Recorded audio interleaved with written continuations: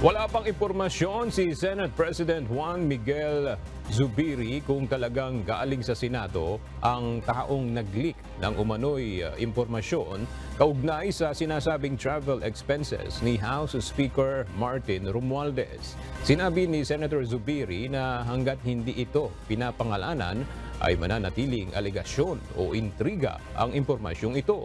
Tiniyak rin ng opisyal na hindi niya hahayaang masira ang relasyon ng dalawang kapulungan ng Kongreso.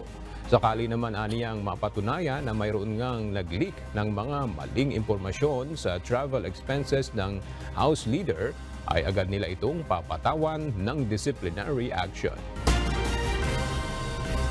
Nakauwi sa bansa nitong Sabado ng madaling araw ang 14 na Pinoy seafarer ng K-MAX Ruler, ang barko na tinamaan ng missile ng Russia habang nakadaong sa Black Sea sa Ukraine nitong nakaraang buwan, kung saan isa ang nasawi at 4 ang sugatan.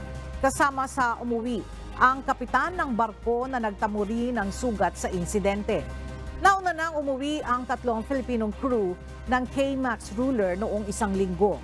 Sa kabuuan, 25 ang Filipinong crew ng K-MAX Ruler. Binigyan naman sila ng tig 10,000 pisong inisyal na tulong ng Overseas Workers Welfare Administration.